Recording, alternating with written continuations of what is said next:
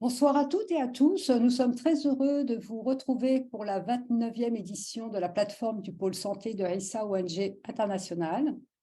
À quelques jours de l'Aïd, permettez-moi de souhaiter aux musulmanes et musulmans une très bonne fête de l'Aïd. Aujourd'hui, nous vous proposons un thème d'actualité. En effet, la communication de ce soir a pour titre « Les soins palliatifs, mise à l'épreuve d'une démarche de soins d'excellence ». Elle sera animée par le docteur Thierry Gandon. Après un parcours professionnel en humanitaire, le docteur Gandon s'est formé en soins palliatifs à Londres, puis à Montréal, dans les années 90, pour œuvrer ensuite pendant 10 ans à leur développement au CHU de Caen, en Normandie.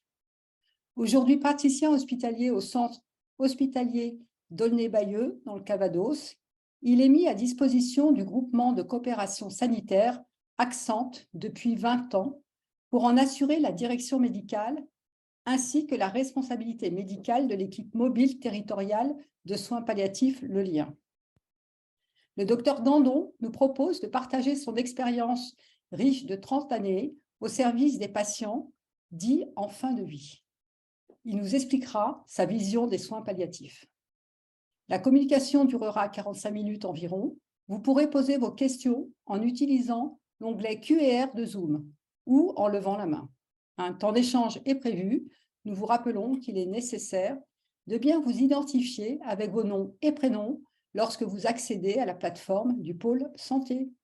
Thierry, je te cède la parole. Merci, Sophia. Bonsoir à chacune et à chacun. Avant toute chose, je tiens à vous remercier pour votre présence et votre participation à cette soirée. À remercier les organisateurs et les coordinateurs de la plateforme Aïssa Santé, particulièrement Sophia Bentounès, les techniciens qui sont aux manettes, ça représente du travail, et les traducteurs ce soir qui sont présents. Je voudrais aussi remercier celles et ceux qui sont engagés dans toute l'organisation et les missions d'Aïssa ONG International, et tout spécialement Sidi Chir Khaled Bentounès, que nous avons eu la joie d'accueillir en Normandie au mois de mars. Voilà. Je suis vraiment très honoré d'avoir été invité à animer ce temps pour et avec vous ce soir. Il sera d'abord, effectivement, comme l'a dit Sophia, sous le signe d'un témoignage d'expérience de plus de 30 ans en soins palliatifs et du partage d'interrogations actuelles autour des soins et de l'accompagnement dans un domaine beaucoup plus large que les soins palliatifs. Alors, tout d'abord, je voudrais aborder avec vous quelques éclaircissements sur le titre de cette intervention, qui peut-être vous est apparu un titre un peu curieux. Première précision, c'est que les soins palliatifs, pour moi, ne sont pas une spécialité médico-centrée. Ils sont bien une démarche de soins qui nous concerne tous, professionnels du soin, professionnels de l'accompagnement, en particulier social, mais aussi citoyens au sens très large. Donc, c'est vraiment sous cet angle-là que je veux aborder la thématique ce soir. Le deuxième point que je voudrais éclaircir avec vous dans le titre, c'est le terme de mise à l'épreuve. Des mises à l'épreuve qui seront évoquées et qu'il faut entendre non pas comme un malheur qui nous ferait courber les chines, mais comme une contrainte, voire une adversité qui nous invite à relever la tête, à nous verticaliser et à nous mettre en mouvement. Quant à l'excellence qui apparaît dans le titre, à laquelle cette démarche de soins nous invite, nous allons sans attendre rentrer dans le vif du sujet pour découvrir qu'elle est avant tout une exigence et non pas une prétention.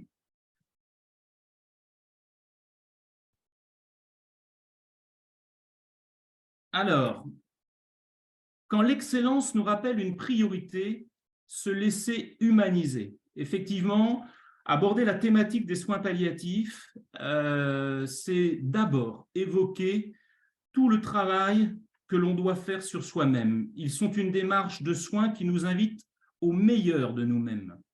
Meilleur de nous-mêmes, bien sûr, par nos qualités, nos compétences professionnelles acquises et développées au service de l'autre et entre nous. Meilleurs de nous-mêmes parce qu'invités à travailler sur et en nous-mêmes pour grandir en vertu. Mais alors, vous allez me dire, qui nous invite?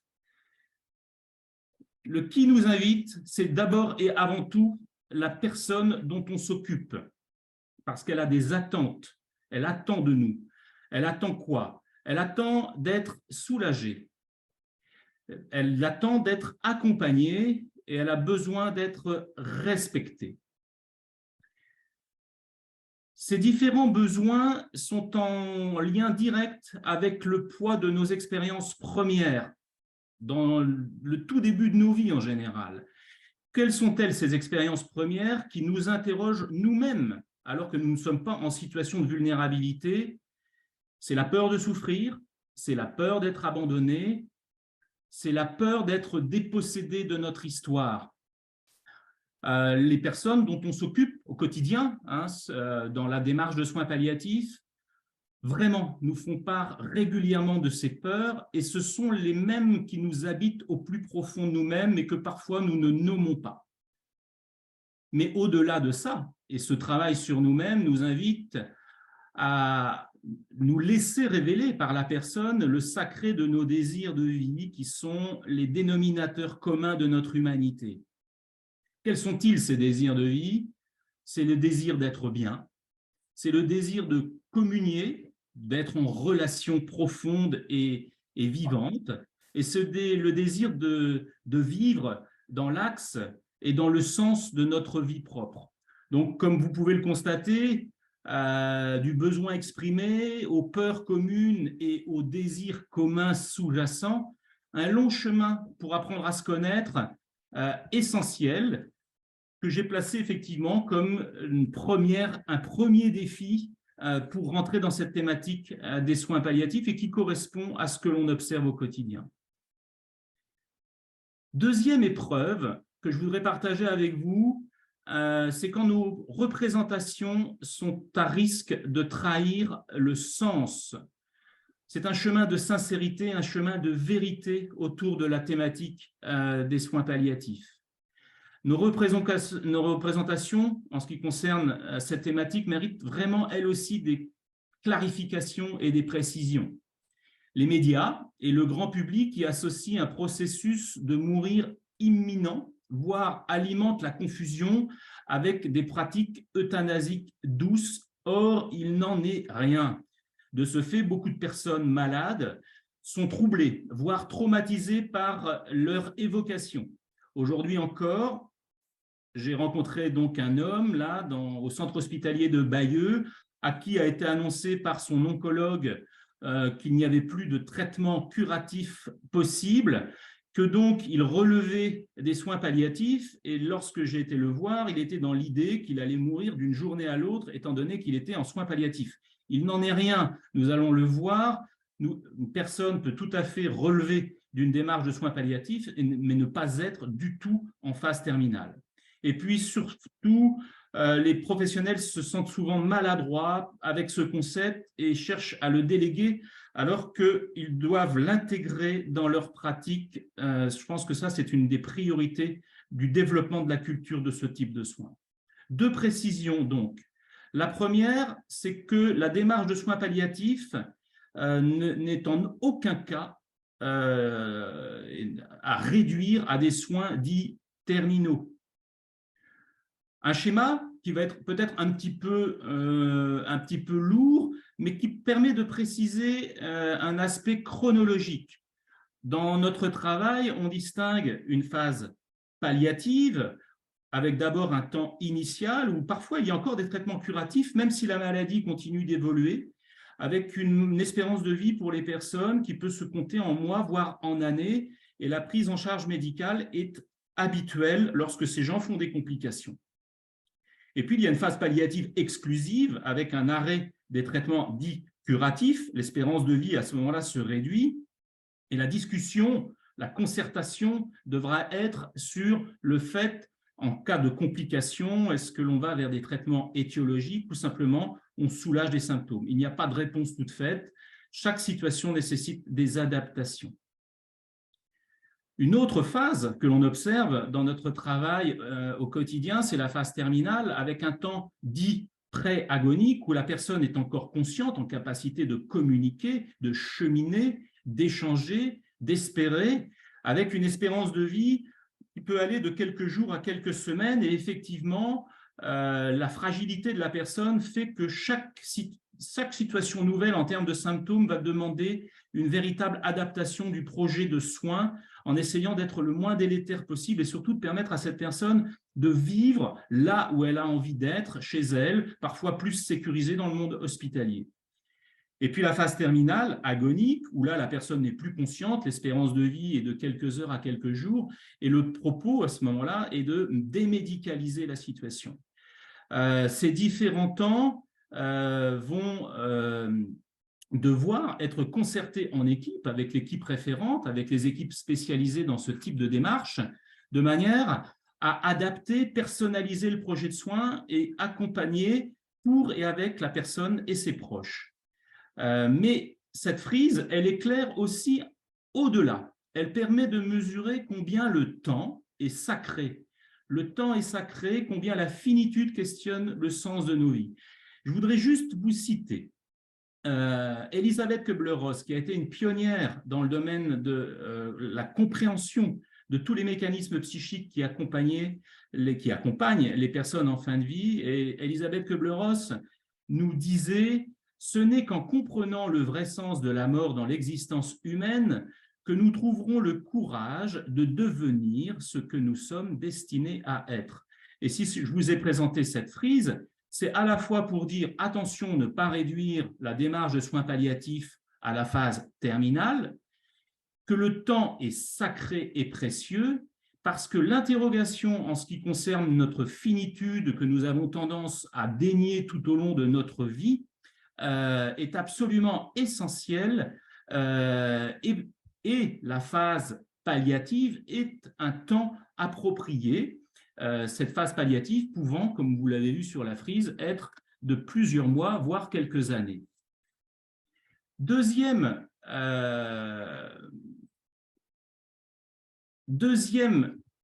précision pour des représentations qui parfois sont fausses en ce qui concerne la thématique des soins palliatifs, c'est que c'est une démarche de soins exigeante, elle n'est absolument pas attentiste.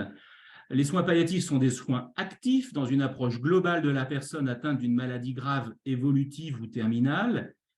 L'objectif est de soulager les douleurs physiques, les autres symptômes et de prendre en compte la souffrance psychique, sociale et spirituelle de la personne.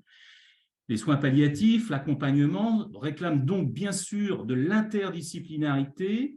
La formation et le soutien des soignants et des bénévoles font partie de cette démarche. Ceux qui les dispensent considèrent le malade comme un être vivant et la mort comme un processus naturel.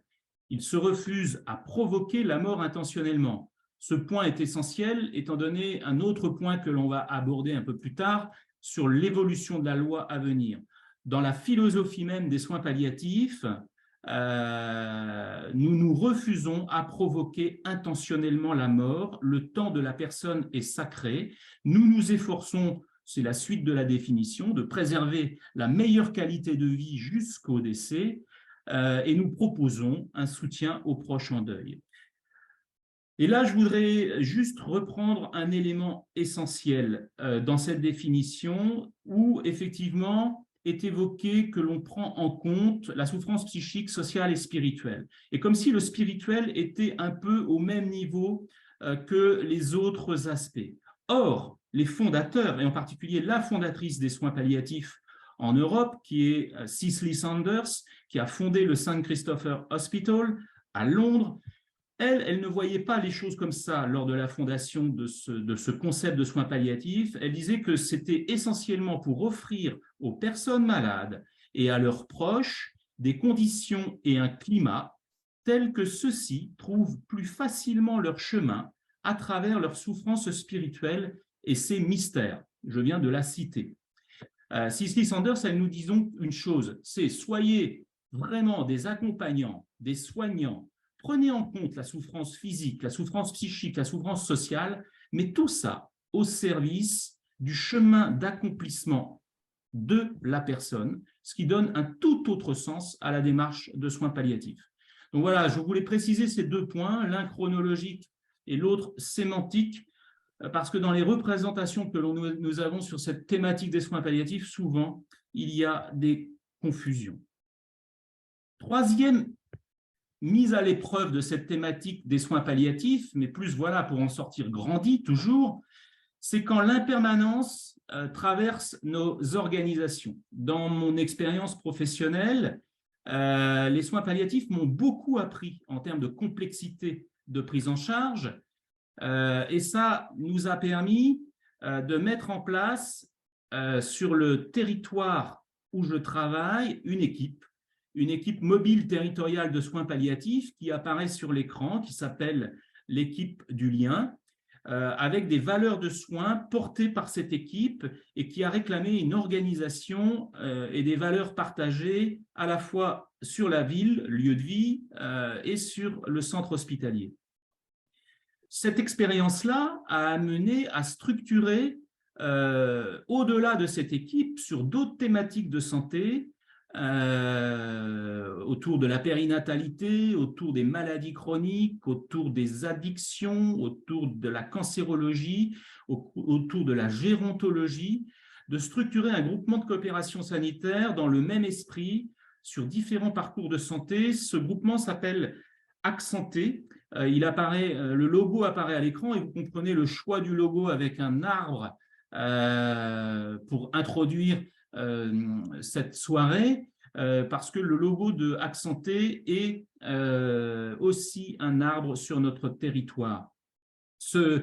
Donc, j'ai la direction médicale de ce groupement de coopération sanitaire depuis des années et depuis maintenant 3-4 ans, on travaille sur un projet de santé de territoire conséquent avec une philosophie désormais qui est partagée, qui est inscrite dans le projet de santé que vous pourrez retrouver sur le site internet de Accenté. Et je pense que c'est important parce que c'est cette philosophie et les valeurs historiques portées sur ce territoire, issues de la thématique des soins palliatifs, qui ont donné véritablement du souffle à l'organisation de notre système de santé territorial.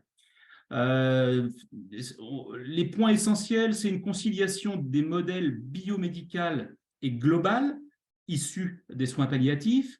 C'est une philosophie en faveur de la reconnaissance et de la complexité des besoins de la personne.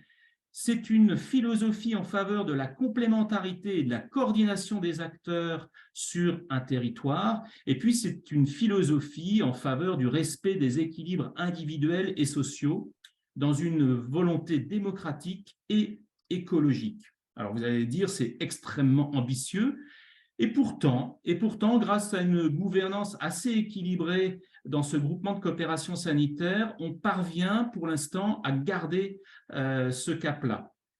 À savoir que la philosophie en faveur des équilibres individuels et sociaux s'appuie sur l'éthique de l'intelligence et du discernement, l'éthique de la relation à l'autre, l'éthique respectueuse de la personne fragile, la mise à distance de la logique économique exclusive et l'entrée dans une logique d'écologie de la santé pour utiliser les ressources en santé de la façon la plus pertinente possible. Alors, toute cette construction, quand ça apparaît comme ça sur une diapo, ça semble un petit peu très beau. Et bien sûr, et je pense que là où vous œuvrez les uns et les autres, vous connaissez les mêmes affres que nous, les changements politiques, les révisions de décrets, les variabilités de certains financements, les dynamiques égotiques des gouvernances locales, et puis les tissus vivants de l'offre professionnelle sur un territoire qui sans cesse amène à adapter la voilure de nos organisations, à tirer des bords tout en gardant le cap donné par la vision de santé qui est partagée. Et la quille de ce projet global dont je vous parle là, issu des soins palliatifs, ça reste quand même les valeurs partagées et qui ont permis de traverser bien des tribulations. Une quatrième épreuve, qui est vraiment d'actualité. C'est en ce qui concerne la thématique des soins palliatifs, et je reviens sur la définition où effectivement nous nous refusons à donner intentionnellement la mort à la personne, c'est quand le cadre législatif est à risque de nous faire oublier le sacré. On peut parler sur cette question d'un chemin de justice à respecter. Alors, un petit rappel sur une diapositive qui apparaît à l'écran, c'est qu'au fond, en France, on évolue dans le cadre de deux lois, la loi d'avril 2005, dite la loi Leonetti, et la loi de février 2016, dite la loi Claeys-Leonetti. Ce sont des lois, et ça apparaît très clairement, celle de 2005 était une loi de santé qui, pour nous professionnels, et en particulier dans le domaine des soins palliatifs, a été très utile. Elle permettait effectivement de mieux adapter nos pratiques pour lutter contre l'acharnement thérapeutique. Aujourd'hui, on ne parle plus d'acharnement thérapeutique, on parle d'obstination déraisonnable. Elle permettait aussi de reconnaître des nouveaux droits pour le jour où une personne n'est plus en capacité de s'exprimer, avec des décrets qui définissaient les directives anticipées et la personne de confiance, et qui permettaient de définir aussi la notion de procédure collégiale pour nous professionnels.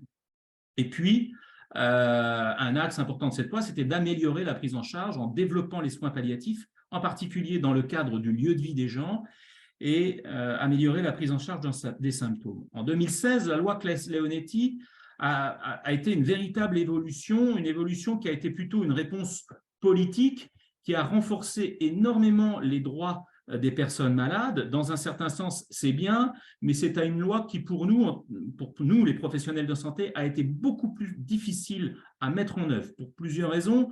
La première, c'est que le grand public n'a pas très bien compris à quoi correspondaient les éléments de cette loi, et il y a encore un énorme travail à faire dans ce sens-là, et que dans notre pratique quotidienne, certains éléments, dont particulièrement les directives anticipées qui s'imposent, posent parfois des problèmes parce qu'on doute sur la légitimité de certains types de directives anticipées. Le droit à la sédation a été aussi, on le voit apparaître donc dans le point numéro 1, là, de renforcer les droits des malades, quelque chose qui a été source de confusion entre sédation et forme d'euthanasie. Améliorer l'expression du malade, donc toujours les directives anticipées plus précises et la personne de confiance. Néanmoins, en 2016, il y a toujours le refus de dépénaliser l'euthanasie ou le suicide assisté, et toujours des efforts pour améliorer les prises en charge. Alors, aujourd'hui, on voit bien depuis fin 2022 et là, sur ce premier semestre 2023, une évolution qui semble aller vers l'aide active à mourir, en sachant que cette évolution, elle est sous-tendue par des pressions idéologiques, des propagandes associatives qui sont parfois minoritaires, on peut le dire un peu lobbyistes, et qui œuvrent depuis des années en influençant les médias et en instrumentalisant un peu l'opinion populaire, qui est plus ou moins éclairée sur ce que sont véritablement les soins palliatifs. Alors effectivement, ce qui ressort, c'est que malheureusement, tout le territoire, pour ce qui est de la France, n'est pas suffisamment couvert en offre de soins palliatifs, et donc effectivement, on peut en arriver à l'idée qu'il faut trouver d'autres solutions. Néanmoins, je pense que c'est plus le problème de l'offre qui est instrumentalisé pour aller vers une évolution de la loi. L'autre chose que l'on peut remarquer là depuis quelque temps, c'est une orchestration un peu politique du sujet, avec le Comité consultatif national d'éthique qui est partie prenante pour l'aide active à mourir, et la Convention citoyenne qui vient de rendre son rapport et qui tend aussi dans ce sens-là.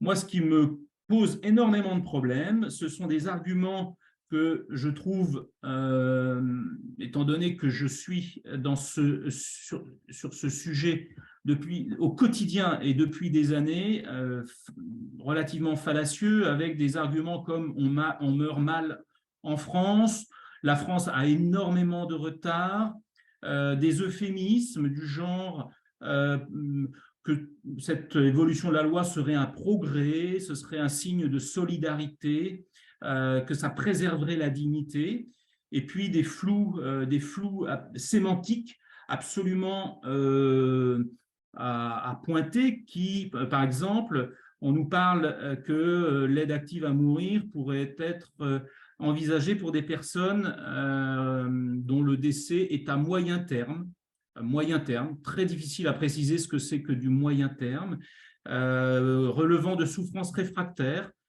Qu'est-ce qu'est une souffrance réfractaire? La douleur réfractaire, on sait ce que c'est. La douleur physique réfractaire, on sait ce que c'est. La souffrance globale d'une personne, avec en particulier des aspects psychiques, voire psychiatriques, on sait ce que c'est. Mais la souffrance réfractaire, on ne sait pas. Donc, ça nécessite encore beaucoup de travail. Et puis, on pourrait passer très vite de ce qu'on nous propose comme étant des solutions exceptionnelles à une banalisation. C'est ce qui est constaté dans bien des pays. Donc, on retrouve que aussi, en termes d'interrogation autour de cette évolution, des complexités humaines et des expériences professionnelles de terrain qui ont été un peu déniées.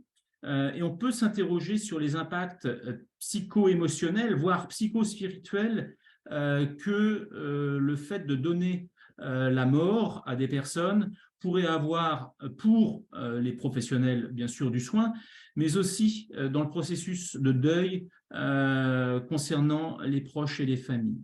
Donc, on en arrive, ce qui est toujours un peu inquiétant, à une tentative un peu toujours de toute puissance et de toute maîtrise sur le modèle du mourir, avec des dérives à anticiper. Il est urgent d'analyser tout ça. On a remarqué, c'est l'expérience du terrain. Ce sera intéressant dans les échanges après cette intervention d'en parler avec vous. C'est que le niveau de réflexivité, le temps de la réflexivité sur des situations éthiquement compliquées devient un temps difficile à trouver dans nos structures. Et surtout, le fait de s'arrêter pour réfléchir avec des processus éthiques cliniques est de plus en plus difficile à mettre en œuvre, comme s'il y avait, alors j'ai utilisé, c'est peut-être un peu fort comme terme dans la diapo, le terme de flemme, mais on a l'impression qu'on s'économise et il faudrait du prêt-à-penser pour beaucoup de situations, donc danger. Ce qui est inquiétant aussi, en fin de compte, et ça apparaît dans le bas de la diapositive, c'est qu'au fond, c'est le vol du cheminement et de l'accomplissement spirituel, éventuellement, de la personne qui est en jeu. Ça mérite d'être évoqué. Nous avons tellement d'exemples et illustrations qui montrent que parfois, en l'espace de quelques jours, des personnes qui, à un moment donné, avaient demandé à en finir parce qu'elles n'en pouvaient plus, ont fini par rentrer dans des relations extrêmement profondes, à faire part de certaines choses qui ont complètement changé leur histoire de toute fin de vie et surtout qui ont permis à leur entourage de vivre l'après d'une toute autre manière. Donc, au milieu de tout ça, je ne sais pas qui est présent ce soir à cette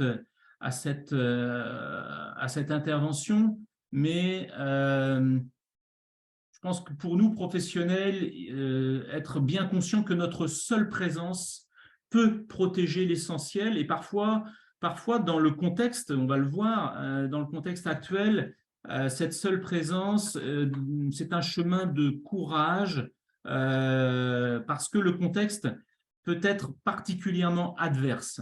En quoi il peut être adverse? Parce que on est dans notre formation initiale, On a été soumis parfois à une anthropologie un peu réductrice, où le soma, la somatique, le corps prend beaucoup de place, mais les sciences humaines ont du mal parfois à trouver leur place. Je parle en particulier du monde hospitalier et les sciences humaines type la psychologie.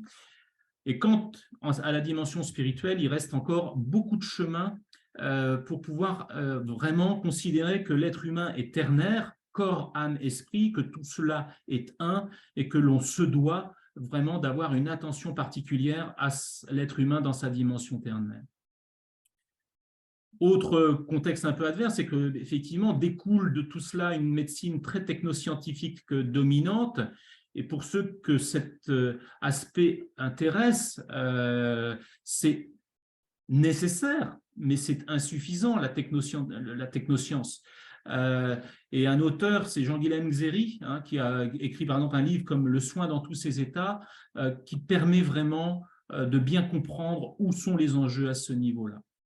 Des idéologies ambiantes déshumanisantes, je pense vraiment qu'on vit un virage avec beaucoup d'idéologies qui prônent l'individualisme. L'utilitarisme est très inquiétant, hein. Certaines populations, étant donné le fait qu'elles ne sont plus du tout productives, voire même extrêmement coûteuses, sont suspectes maintenant lorsqu'elles réclament particulièrement beaucoup de soins. Et puis l'autodéterminisme aussi est une idéologie ambiante où effectivement on est complètement maître de ces décisions, mais sans toujours mesurer ou tenir compte de l'impact que cela pourrait avoir sur le collectif, voire un collectif extrêmement proche. Donc, il y a aussi, dans ces contextes adverses où nous devons faire preuve de courage dans le monde du soin, c'est des logiques institutionnelles qui sont un peu violentes. On est rentré dans des logiques managériales de l'entreprise. Nous sommes là pour soigner l'humain. C'est un peu tarte à la crème ce que je dis, mais c'est quand même le constat que l'on observe tous les jours. C'est ni plus ni moins exclusivement l'équilibre financier qui dicte un peu la manière dont sont conduites les institutions de soins. Alors certes, c'est une question extrêmement importante, mais quand elle prend quasiment toute la place et que le projet médical ou le projet de soins des services est complètement mis à mal en permanence, ça pose des problèmes et celui qui paye la note au bout du bout, c'est toujours le plus fragile du système. La perte de sens, je pense qu'il est urgent en termes de posture, de courage, de toujours essayer de redéfinir le pourquoi on est là et ce vers quoi on va. C'est essentiel et de se relier de façon importante sur ces questions-là.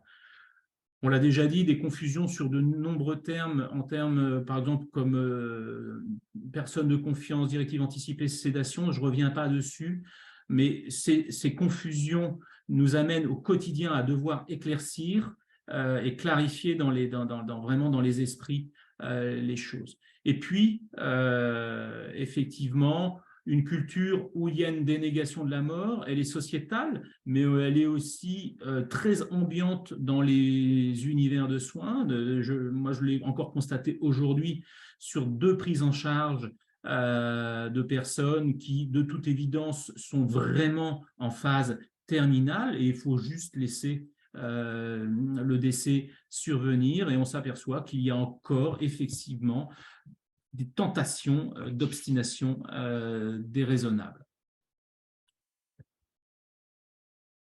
Sixième défi qui, au fond, est peut-être particulièrement intéressant, c'est quand notre agir au quotidien, notre agir temporel, pour les professionnels du soin, pour ceux qui accompagnent, que ce soit dans le domaine du social ou que ce soit dans le domaine du soutien psychologique, touche et relie l'intériorité, notre intériorité, et que cela devient réellement un chemin d'éveil pour nous. Pour introduire un peu ce sujet-là qui, je le pense, est un sujet d'avenir, j'utiliserai cette métaphore qui nous dit: si quelqu'un prépare une montgolfière pour faire le tour du monde, il sait qu'à bord, une grande technologie est nécessaire. Mais elle n'est pas un but en soi, elle permet tout simplement de mieux s'inscrire dans le souffle du vent.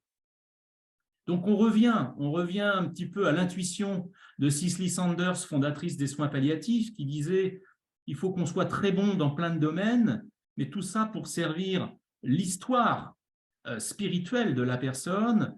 On revient au fait que oui, il faut que l'on ait une très bonne médecine, il faut que l'on soit très compétent, il faut qu'on ait des bonnes organisations, mais tout cela, c'est pour faire effectivement pour chaque situation que l'on est amené à accompagner, qui est véritablement chaque rencontre, chaque nouvelle rencontre est un petit peu un nouveau tour du monde que l'on va faire. La rencontre avec une nouvelle personne, avec une nouvelle famille, avec son histoire, avec une systémie nouvelle, avec des enjeux nouveaux, est véritablement un tour du monde. Donc oui, on va mettre tout notre savoir, toutes nos compétences au service de ce tour du monde avec la personne, mais tout cela, c'est surtout pour s'inscrire dans le souffle du vent, c'est-à-dire dans une histoire qui ne nous appartient pas,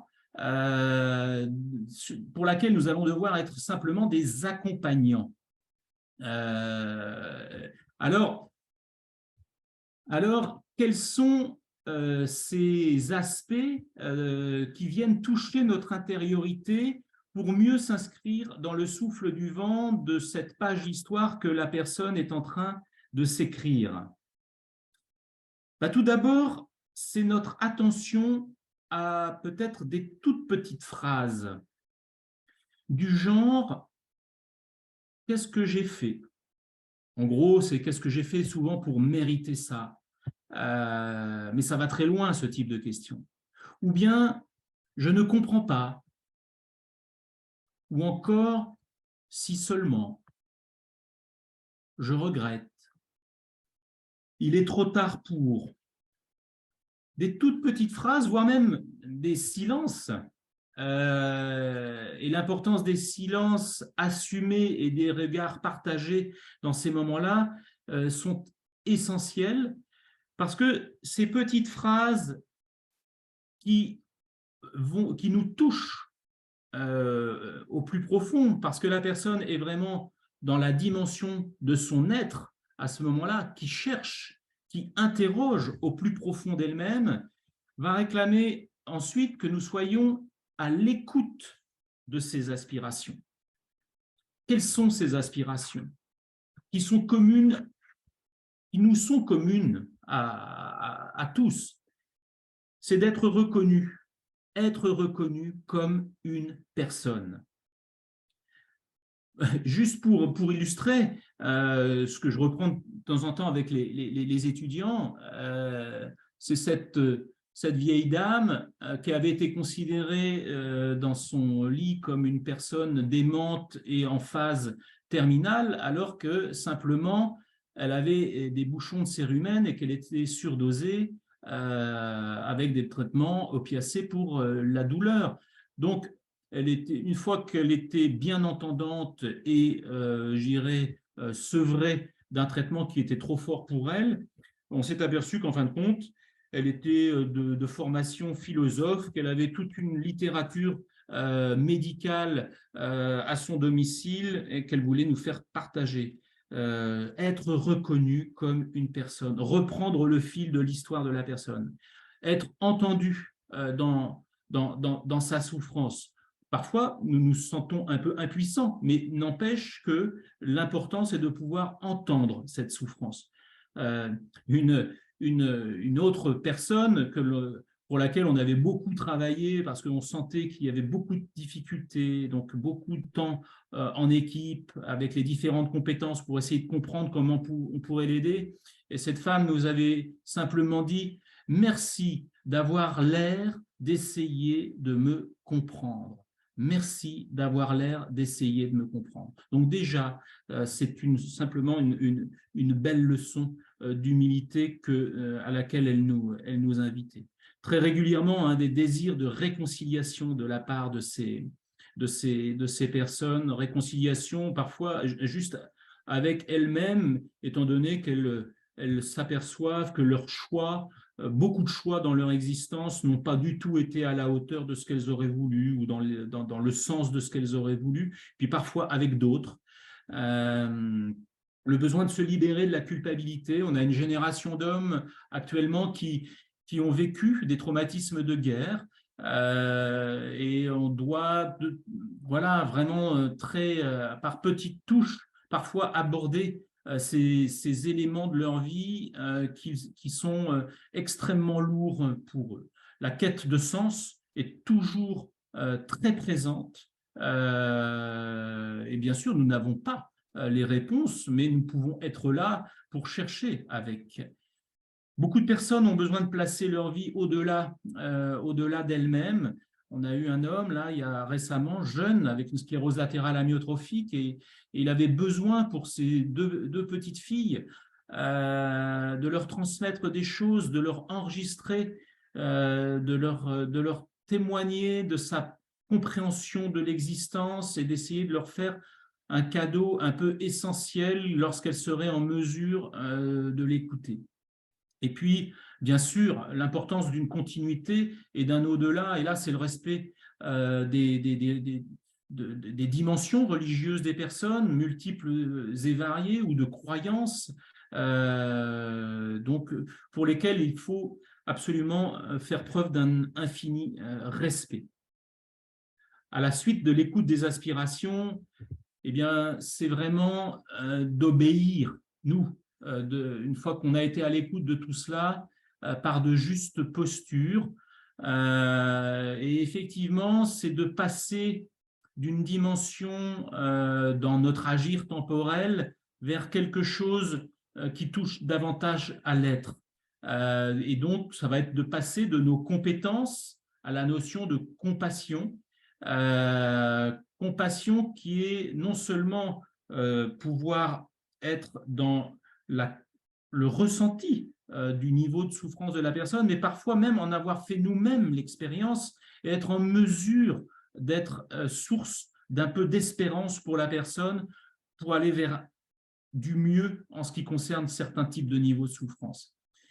La présence qui permet d'ouvrir un espace, et ça, je pense que la notion de l'entre-deux, de l'espace entre deux présences dans le domaine du soin, dans la relation de soin, est extrêmement importante.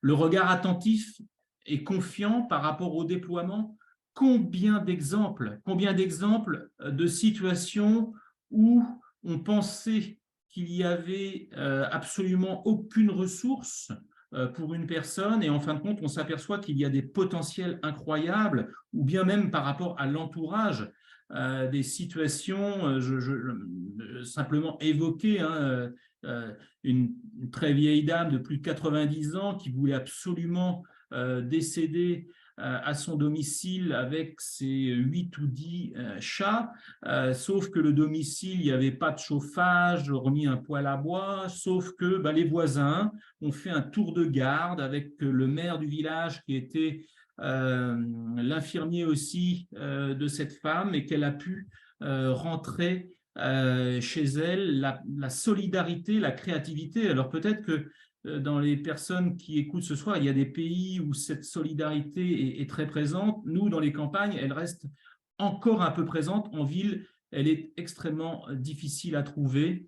Et c'est vrai que le déploiement de certains potentiels, pourtant, permet d'écrire des belles histoires.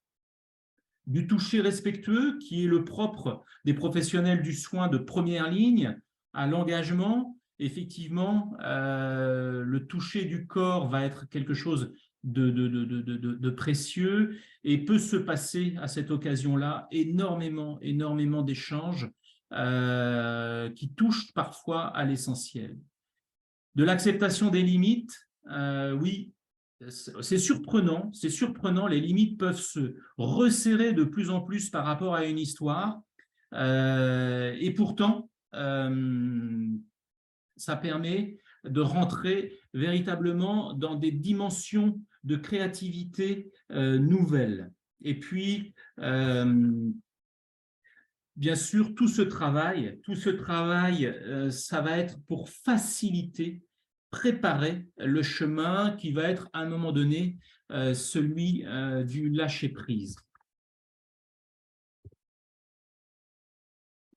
Alors, on arrive un peu au terme de cette exploration d'une thématique de soins palliatifs pour clarifier différents aspects, par quoi elle est éprouvée, et en même temps, elle nous invite aujourd'hui à, non pas une 7e épreuve, mais peut-être véritablement un défi.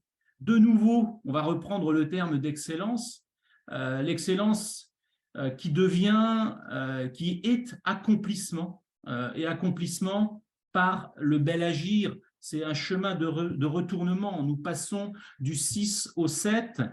C'est le retournement et nous allons inscrire, nous, professionnels, on va dire, dans la matière, et ça va être une voie d'accomplissement, un agir de haute qualité. Alors, cet agir de haute qualité, c'est en œuvrant pour des soins réanimés.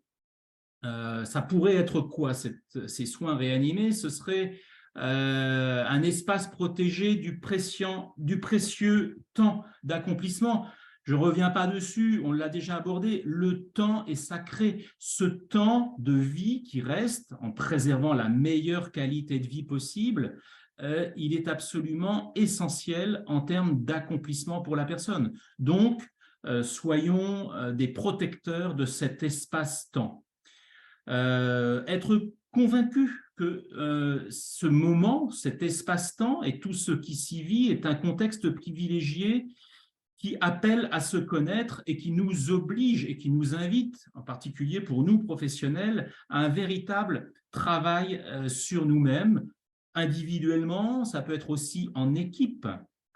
Et puis, les neurosciences sont en train de le montrer, c'est que nous pouvons expérimenter dans une qualité de soins dits réanimés le sentiment de familiarité. C'est quoi ce sentiment de familiarité? C'est le fait que lorsque l'on est présent, profondément présent à soi-même et profondément présent à l'autre, il se passe quelque chose au niveau neurologique dans notre cerveau où des zones rarement mobilisés vont s'allumer d'une certaine manière.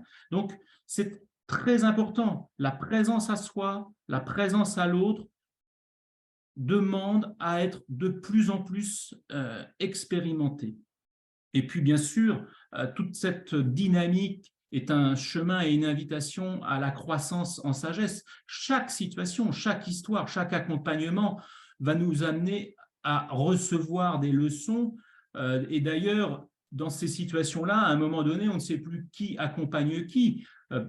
Personnellement, très régulièrement, certes, moi, j'amène mes compétences, mais c'est la personne elle-même qui m'enseigne et qui me donne des leçons de vie dans mon activité professionnelle. Expérience spirituelle de la reconnaissance, il y a véritablement dans ces histoires, dans l'intensité d'être à laquelle ça nous amène, le fait de parfois comme des petites naissances, des éveils de conscience.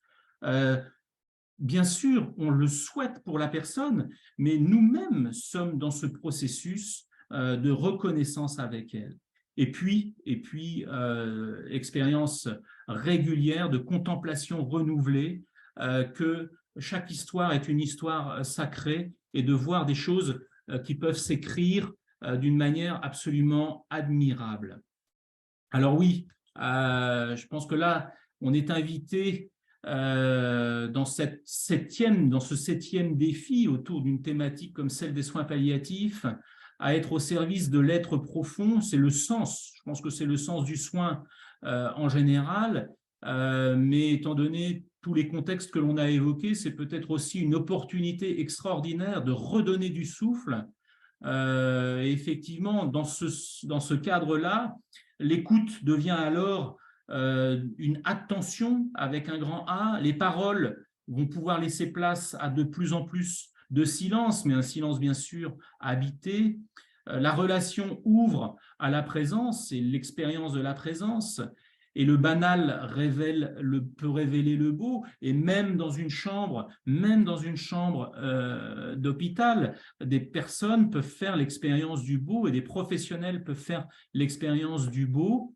Je vais vous raconter l'anecdote que je raconte souvent, là encore, à des étudiants, d'un homme jeune, marin-pêcheur, qui travaillait dur. Sa maladie, elle est grave, elle est incurable. Il a deux enfants adolescents.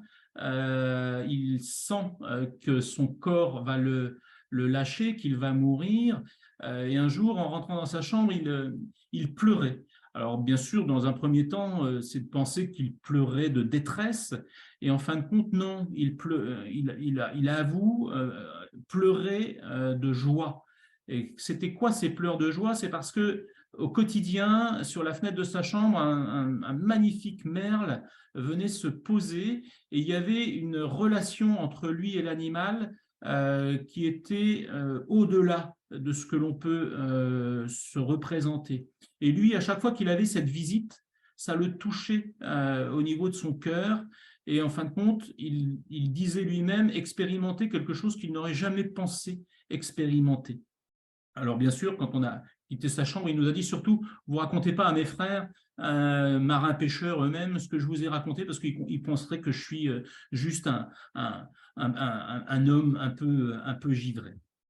La concertation qui amène au discernement, vraiment au service de l'être profond, je pense qu'en tant que professionnel, on se doit d'avoir des temps d'équipe de qualité.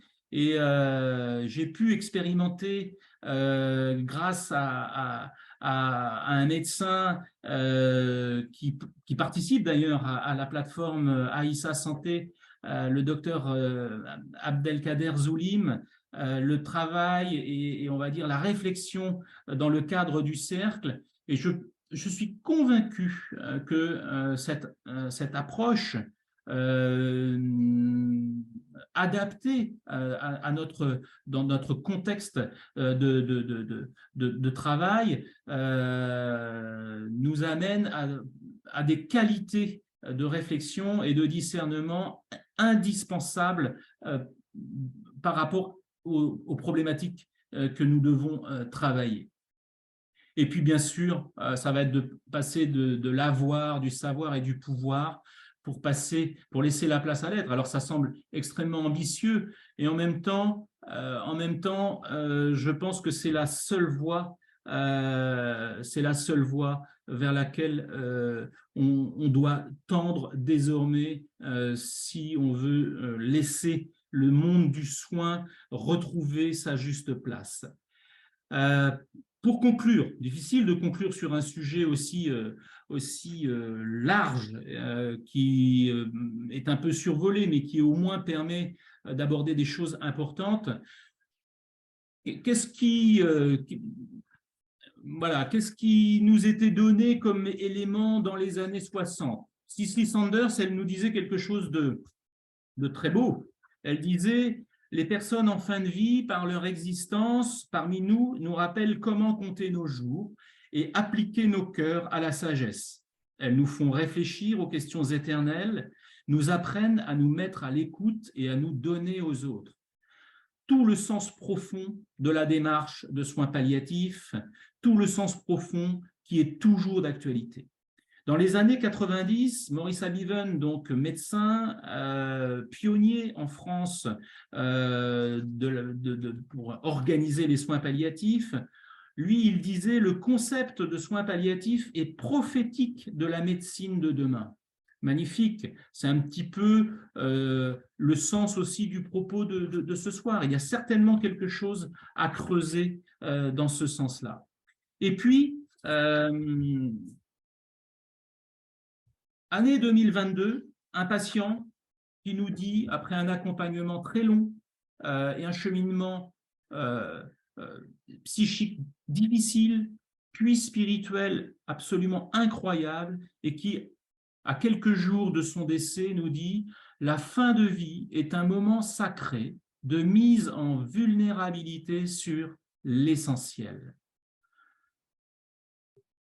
Alors, les années à venir, parce que c'est ça aussi la question qui va se poser à nous là dans l'échange à venir, peut-être, hein, les années à venir, bah, peut-être que oui, à travers tout ce que l'on a abordé ce soir, à partir bien qu'il y ait des éléments de contrainte et des éléments qui éprouvent le soin, l'accompagnement, la fin de vie, peut-être que c'est l'occasion, oui, de relever la tête, oui, de nous verticaliser, oui, de se mettre en mouvement pour rentrer et peut-être se poser cette question.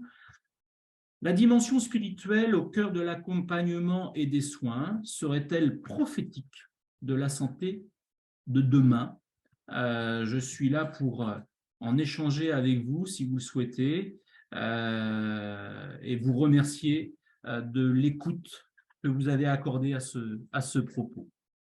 Merci infiniment, Dr Gandon, pour cet exposé fort intéressant et enrichissant.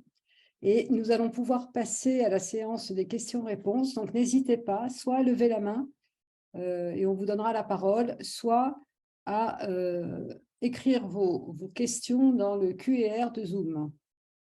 Alors, il y a déjà Isma qui a posté une question. Pourriez-vous, s'il vous plaît, nous transmettre les références des citations de la fondatrice de la structure des soins palliatifs? Merci. Madame Sanders, donc, du coup. Oui, Cicely Sanders. Alors, les citations que j'ai prises, elles sont issues d'un gros manuel de soins palliatifs où il y a tout un chapitre qui lui a été quasiment consacré. Certains de ces livres ont été traduits en français, mais ce que je pourrais vous donner, c'est au fin de compte les références du manuel de soins palliatifs. Ce sont les éditions Duno. Je pense qu'on peut toujours le trouver. Donc, je pourrais vous les adresser éventuellement. Alors, des remerciements de Christine et de Rania. Pas de questions?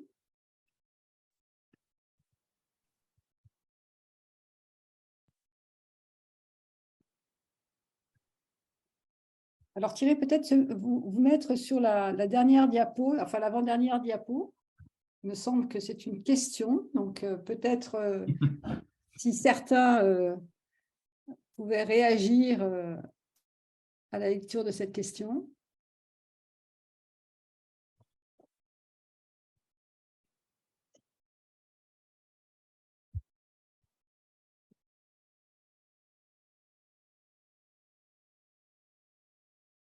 Non, ça n'inspire pas vraiment. Bon.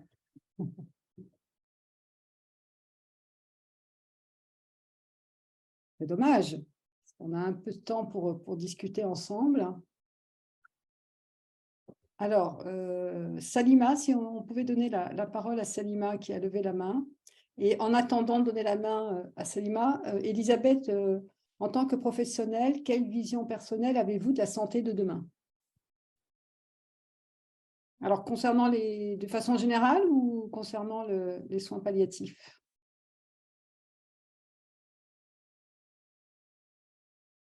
Ouais, ça, c'est la question d'Elisabeth.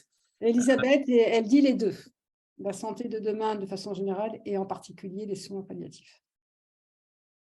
Alors, le système de santé, je le connais à la fois en tant que clinicien, mais aussi en tant que, on va dire, un peu organisateur sur un territoire de ce système de santé. on peut constater quand même là depuis 10 ans un essoufflement, alors une diminution de l'offre tant quantitative que qualitative. C'est extrêmement inquiétant. Extrêmement inquiétant, pourquoi? Parce qu'il y a un effet ciseau. L'effet ciseau, il est lié au fait qu'il y a un besoin croissant, il y a un vieillissement de population, il y a de la pluripathologie, il y a énormément de maladies chroniques et beaucoup de cancérologie, de la perte, vraiment des personnes en perte d'autonomie aussi, du handicap, alors que déjà les métiers du soin, de l'accompagnement, de l'aide semblent être de moins en moins attractifs, que le tissu vraiment est plus fragile et avec un besoin qui est croissant. Donc, on sent, alors on parle beaucoup d'épuisement professionnel et tout ça dans le monde du soin, mais et dans le monde d'ailleurs de l'accompagnement social aussi, beaucoup. On sent il se passe quelque chose et qu'aujourd'hui, on n'a pas la réponse. Ça va devoir faire appel à des nouvelles formes probablement de solidarité. Il va falloir réinventer, il va falloir aussi qu'il y ait des concertations de manière à anticiper certaines choses, à peut-être aussi à réduire. Je vous parlais tout à l'heure d'une réflexion que l'on mène sur le territoire en termes d'écologie de santé, c'est-à-dire la pertinence de l'utilisation des ressources parce que ça se pose véritablement. Donc ça, c'est la première chose. Et puis en ce qui concerne les soins palliatifs de façon plus précise, là, déjà, on a un déficit de professionnels dans toutes les équipes de soins palliatifs en France. Il y a beaucoup de postes médicaux qui sont vacants. Il y a donc une écriture actuellement. L'organisation des soins palliatifs en France dépendait d'une circulaire qui datait de 2008. Elle va être réécrite là en 2023, où en fait compte le souhait, c'est que tout le territoire soit parfaitement couvert pour que toute personne, quel que soit l'endroit où elle se trouve, puisse bénéficier de ce type de démarche. C'est parfait, mais sauf que même si des moyens supplémentaires étaient peut-être mis en place, on ne sait pas si on trouverait véritablement les ressources professionnelles pour occuper les postes. Donc, il y a vraiment, tant sur le système de santé au sens large que sur la thématique de soins palliatifs, un manque de visibilité là, une certaine inquiétude. Voilà ce que je pourrais en dire. De toute évidence, il va falloir qu'on aille vers des nouvelles formes d'organisation. Et puis peut-être, alors là plus en termes qualitatifs, dans nos métiers, c'est un petit peu le sens de la question là, qui apparaît à l'écran, c'est qu'il va falloir aussi retrouver, se relier davantage, parce que les systèmes sont très cloisonnés, et redonner un sens très profond à nos missions. Merci Thierry. On va passer la parole à Salima. Oui, bonsoir à toutes et toutes. Merci beaucoup Thierry pour cet exposé très très riche, effectivement. Et il y a une partie de ma question auquel tu viens de répondre, qui concernait effectivement la nouvelle vision du soin qui peut s'imposer à nous quand on voit aujourd'hui la crise du système de santé publique et des hôpitaux notamment. Et moi, j'exerce donc en libéral. Ce que je peux constater, c'est que effectivement, le système aujourd'hui n'a pas encore changé par rapport à la question de la santé de demain, mais c'est plus les personnes, je trouve, les soignants, les personnes aussi qui viennent bénéficier de soins, qui changent un peu leur approche elles-mêmes du système. Et du coup, ce changement, moi, je peux le ressentir plus de manière intérieure et C'est comme si, par la force des choses, les patients et les soignants s'adaptent à toutes les compressions ou toutes les questions qui se soulèvent actuellement, mais sans en avoir la vision de comment s'organiser. On a plus l'impression d'être dans des contraintes fortes qui font qu'effectivement, malgré tout, on soigne, avec une manière de gérer les choses, individuellement, différemment. Mais comment est-ce que tu pourrais voir cette création de ce nouveau système de santé, en réflexion et en solidarité? Mhm. Euh, il y a plusieurs pistes. Je pense qu'il y a plusieurs pistes. Je pense qu'on a un système qui a vraiment fait ses preuves pendant plusieurs décennies et qui a encore sa place. Mais il va falloir, à côté de ce système, avoir d'autres approches de santé. Des approches de santé, certainement. Il y a aussi le fait qu'il va falloir faire peut-être davantage appel à des médecines complémentaires, qu'il va falloir axer aussi plus sur la prévention, parce qu'on a un système de santé qui est quand même beaucoup basé sur le curatif, c'est-à-dire à partir du moment où les problèmes sont déjà vraiment en place. Donc, il y a quelque chose qui touche à la prévention, sauf qu'on a toujours été un pays pour lequel ça a été un peu le parent pauvre, mais peut-être parce qu'en fin de compte, la prévention, le souci et la responsabilité et l'éducation à la santé, au fond, c'est une question un peu, ça rejoint un petit peu la question de l'écologie et tout ça. C'est que à un moment donné, c'est à chacun de prendre la mesure je dirais, de la beauté de sa santé et de la manière dont on la préserve. Et probablement que là, à partir de là, il va falloir qu'il y ait des métiers, on va dire, alors je ne sais pas si c'est du conseil, je ne sais pas si c'est de l'accompagnement, je ne sais pas si c'est des approches en équilibre de santé, voilà, où il y a quelque part une responsabilisation autour de la santé et quelque chose aussi autour de la proximité. Moi, je vois pas comment ça peut évoluer s'il n'y a pas vraiment tout ce pan-là qui est repris de façon responsable par les uns et par les autres. Après, en ce qui concerne par contre toute la notion du très grand âge, la perte d'autonomie, etc., etc., etc., là, on est vraiment actuellement c'est en lien directement avec la démographie et une forme d'épidémiologie. On est confronté à un fait complètement nouveau. Jamais une société n'a été autant vieillissante en quantitatif et on ne sait pas vraiment comment faire. Et je pense que dans une des questions, Sophia, j'ai vu une des questions qui touchait un petit peu entre, par exemple, les soins palliatifs et la maladie d'Alzheimer.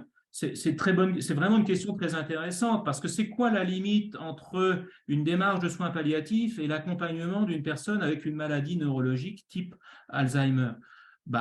Au fond, c'est surtout les questions qui vont se poser, c'est de pouvoir quand même offrir la qualité de vie la meilleure possible malgré les processus de perte successifs, avec des entourages et des aidants qui sont parfois un peu isolés et qui s'épuisent. Alors, ça ne relève pas véritablement d'une démarche de soins palliatifs, on va dire à une phase initiale, mais c'est vrai qu'à un moment donné, des véritables questions se posent. Par exemple, la personne qui ne va plus pouvoir se lever, qui ne va plus pouvoir s'alimenter, jusqu'où on va, les questions de l'alimentation artificielle ou pas, etc., etc., etc. Là, on voit bien, on touche à des dimensions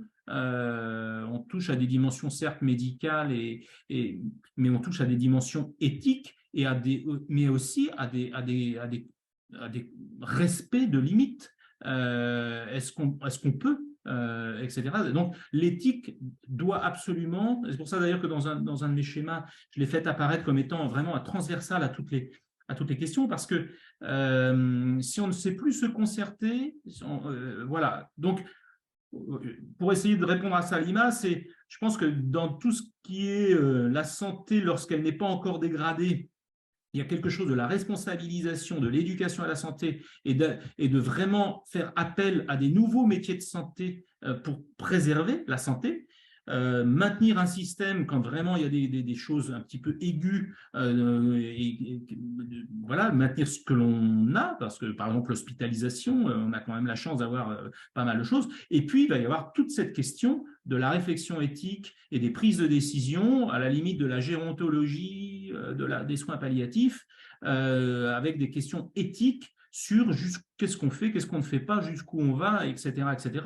Mais où là, alors la loi, bien sûr, peut nous y aider, mais pas que. Il faut aussi que les proches peuvent nous y aider. Bon, il y a toutes les questions aussi, on les a un petit peu touchées du doigt. Il y a les directives anticipées, il y a la personne de confiance. Tous ces éléments qui, à un moment donné, permettent de prendre des décisions les plus sages possibles. Merci beaucoup. Merci Salima. On va passer la parole à Rania. Si on pouvait ouvrir son micro.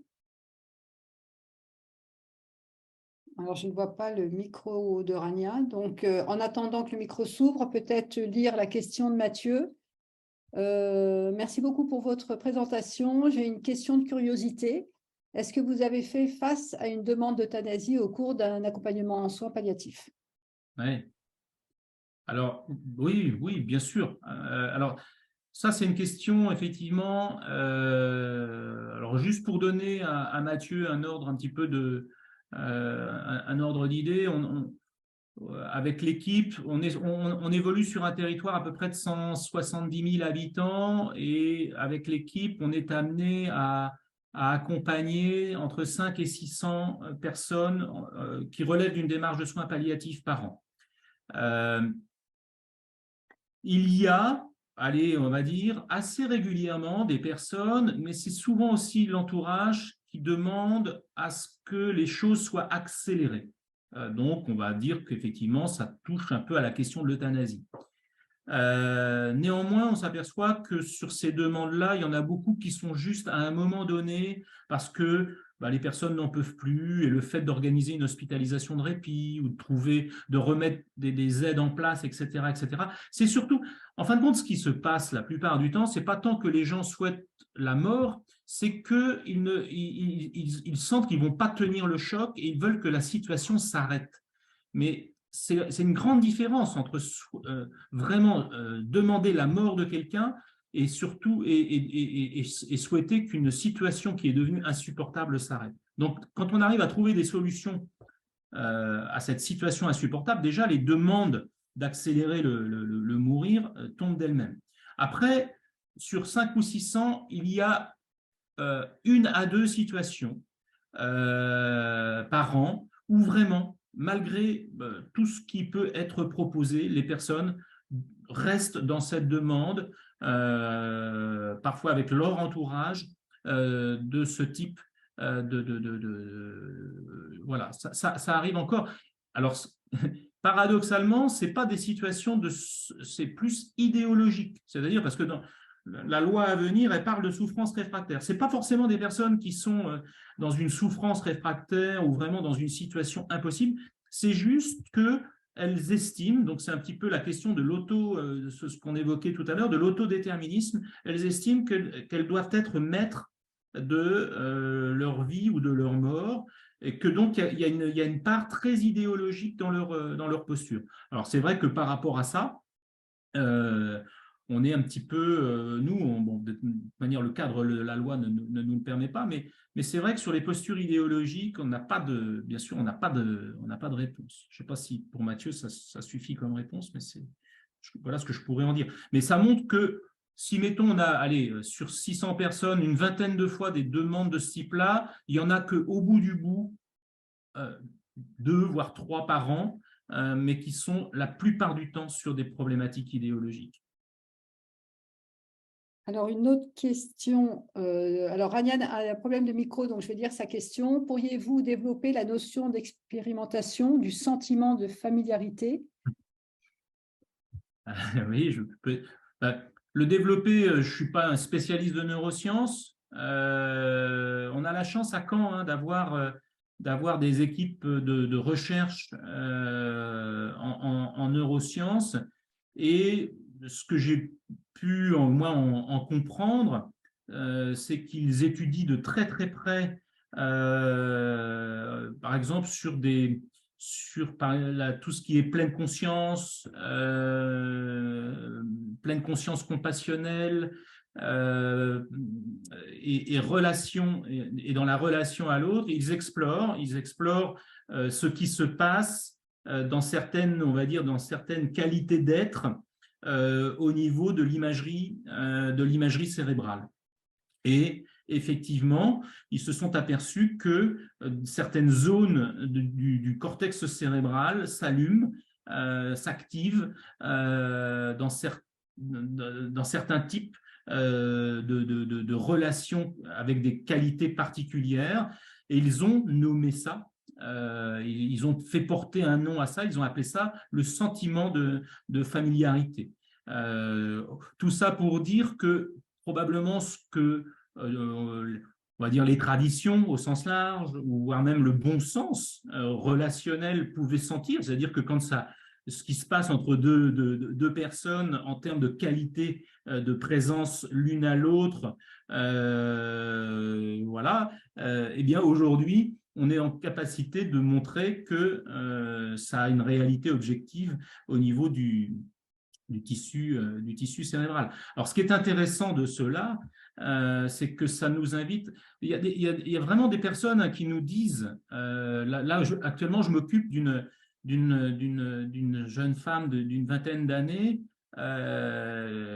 qui est en toute fin de vie, et elle dit que lorsque un professionnel rentre dans sa chambre, elle sait exactement s'il est présent à lui-même et à elle ou pas. C'est-à-dire elle a développé un sens de la présence, tout un tas de raisons. Son état de vulnérabilité fait qu'elle sait pertinemment. C'est très intéressant parce que ça nous dit quoi? Ça nous dit que pour nous, professionnels, lorsque simplement on rentre en contact avec une personne très vulnérable, on a une responsabilité qui est peut-être déjà d'être présent à soi pour être présent à l'autre, chose qui est parfois un petit peu oubliée et qui peut être vécue comme, un peu comme une violence. Hein. Voilà. Alors, je ne sais pas, Rania a récupéré son micro. Je ne sais pas si tu souhaites intervenir. Le micro, voilà. Oui, bonsoir Thierry, ravi de vous réécouter depuis quand. Moi, lors de mon accompagnement de fin de vie de personnes, notamment Alzheimer, j'ai dû développer justement un langage sans parole,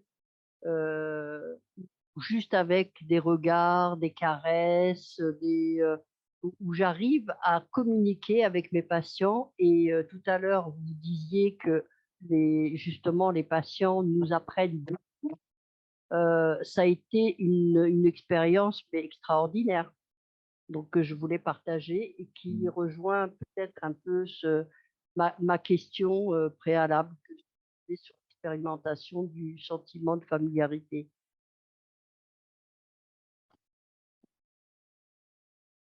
Merci, Rania. Merci. Alors, Isma, je me permets de témoigner par mon expérience dans l'accompagnement de mon père au sein de la maison Jeanne Garnier, où j'ai retrouvé cette dimension spirituelle pour le patient et ses proches. Qu'en est-il dans des établissements laïques? Alors, effectivement, Jeanne Garnier est un haut lieu pour les soins palliatifs en France, avec effectivement une dimension religieuse,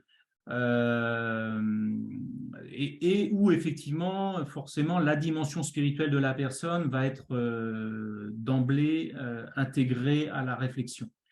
Dans les établissements laïques, alors laïque, c'est quand même important de le repréciser, c'est pour permettre la laïcité n'est pas du tout l'exclusion de quelque religiosité que ce soit. Au contraire, la laïcité doit permettre toute religiosité. Donc, normalement, un établissement, comme c'était écrit dans la question, un établissement laïque se doit d'avoir une attention à toute forme de religiosité. Qu'en est-il?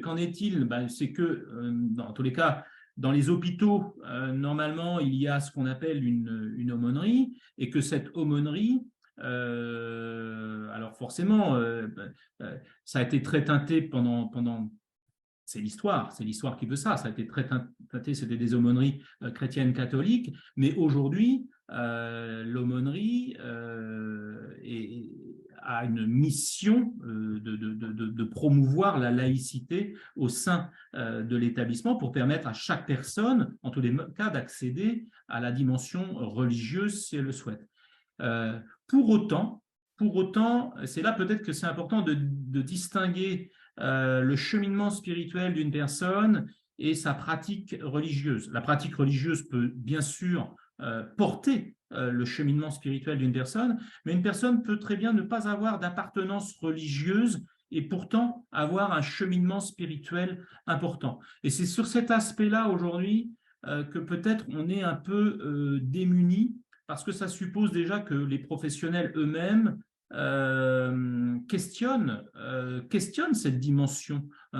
Dans une des diapos, ça évoquait la dimension ternaire de la personne en anthropologie. Mais oui, il y a quelque chose à questionner. Alors, si on accepte que l'autre, il est corps, âme et esprit, moi aussi, je suis corps, âme et esprit. Et qu'en est-il de cette dimension spirituelle dans mon existence? C'est une vraie question. Et comment je l'approche, cette dimension spirituelle? Où est-ce qu'elle se place? Quand est-ce que j'en fais l'expérience de cette dimension spirituelle? Alors, je pense que dans le monde du soin, c'est quand même un lieu privilégié où on va, et en particulier auprès de personnes en fin de vie, où on va faire l'expérience de cette dimension spirituelle. Donc, je dirais que, bon, la laïcité, dans les établissements laïques, normalement, il y a quelque chose qui est envisagé pour permettre la pratique religieuse, mais pour ce qui est du cheminement spirituel des gens, c'est largement insuffisant. Et c'est un petit peu le sens de la diapo qui est sur l'écran. Il y a quand même une vraie question qui peut se poser, qui est aussi une véritable opportunité.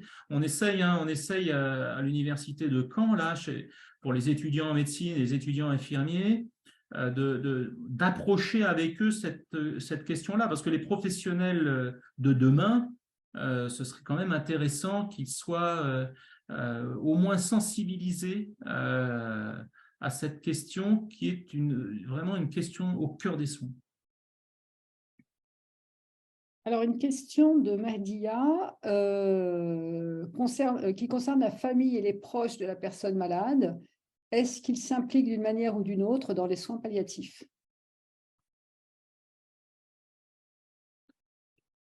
Voilà, c'est la question des proches. La question des proches en soins palliatifs, elle est de toute manière, elle est indissociable d'une démarche de soins palliatifs. Au Saint-Christopher Hospice, donc là où le centre fondé par Cicely Saunders, il y avait une phrase qui était souvent reprise, qui était Hospice care is family care. C'est-à-dire, on va dire, la démarche de soins palliatifs est un prendre soin d'une famille, pas simplement d'une personne, mais d'une famille. Hospice care is family care.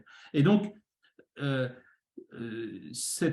dirais qu'on le retrouve aussi dans la définition que je vous ai proposée aujourd'hui, la prise en compte de l'entourage et tout ça. Après, le degré d'implication, il est extrêmement variable. Parce que le degré d'implication, il va toucher à tellement de choses.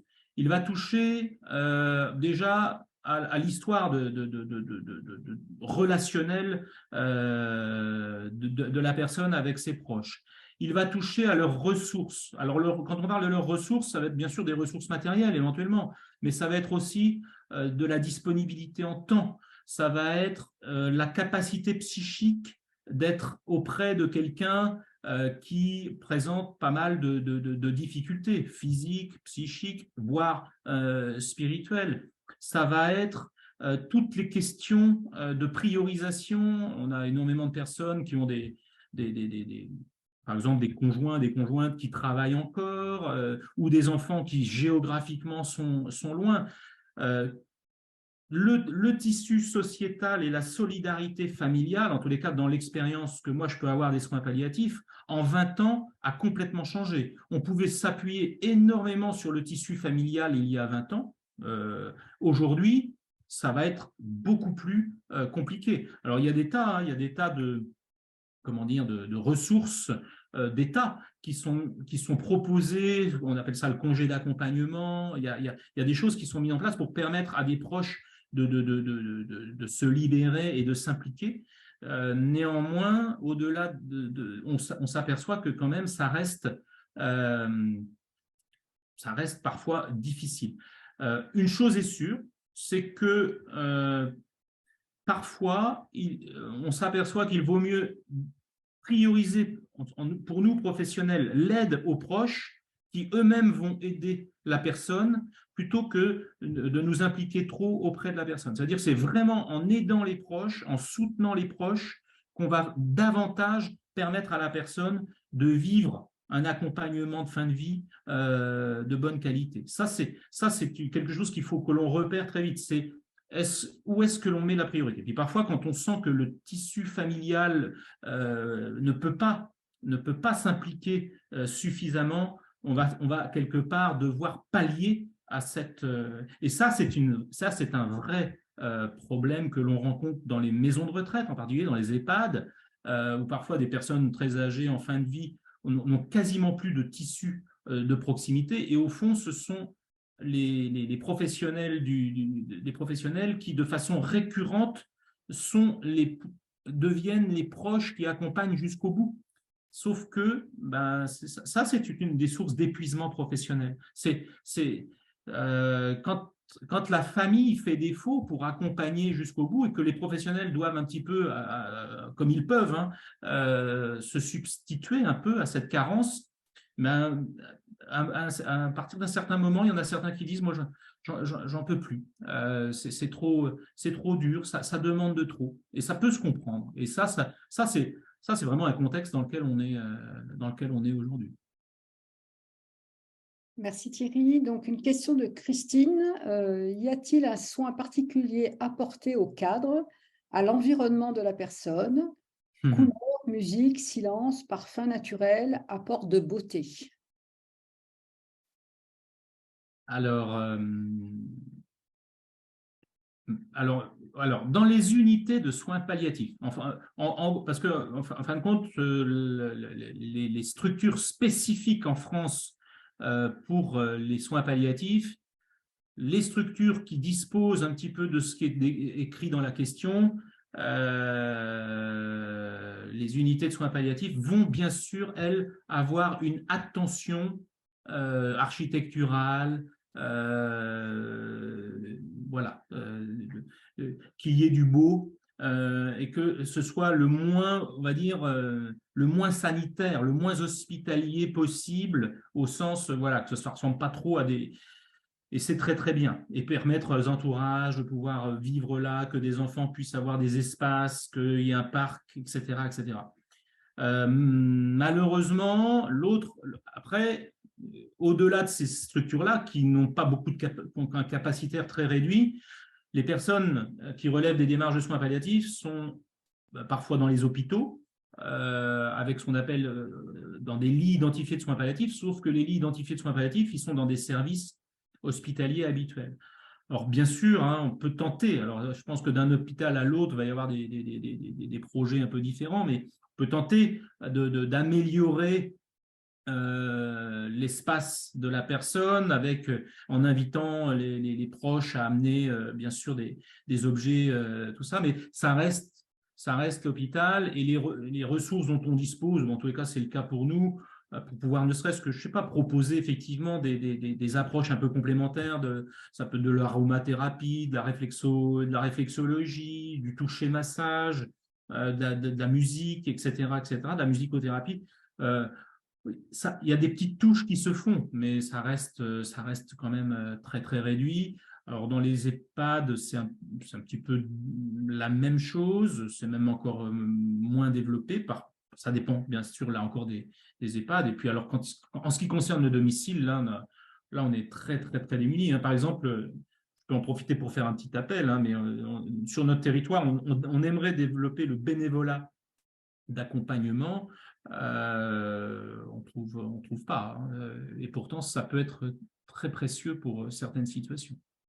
Donc, c'est vrai que quand on évoque la question qui est toujours à l'écran sur la spiritualité, ce serait bien que le beau, l'art, que des dimensions de ce type-là soient très présentes dans les lieux où les personnes sont accompagnées.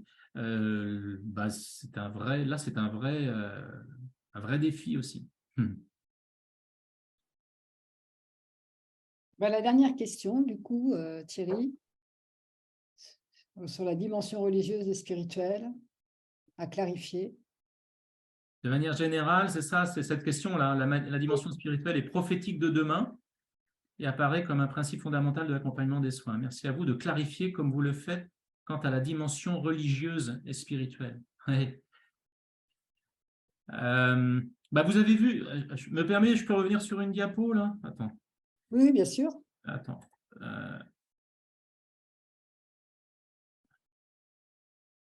Voilà, je me mets sur cette diapo-là. Tous les termes, quand on passe de l'écoute à l'attention, des paroles au silence, attention, silence, présence, beau, discernement et l'être, au fond, c'est ces termes-là avec une majuscule, on est véritablement dans des dimensions, les dimensions d'intériorité, des dimensions spirituelles de la personne. Et pourtant, là-dedans, il n'y a rien de religieux. On va dire que c'est la dimension spirituelle au sens large que l'on retrouve quelque part dans toutes les grandes traditions. Donc, en ce qui concerne la religiosité, bien oui, on sait pertinemment et on a régulièrement des personnes pour qui leur pratique religieuse va être extrêmement précieuse pendant ce cheminement qu'ils ont, et ils vont faire appel dans leur religion à des ressources pour les aider et les accompagner. Voilà. J'imagine que ces personnes-là vont être aussi dans un cheminement spirituel.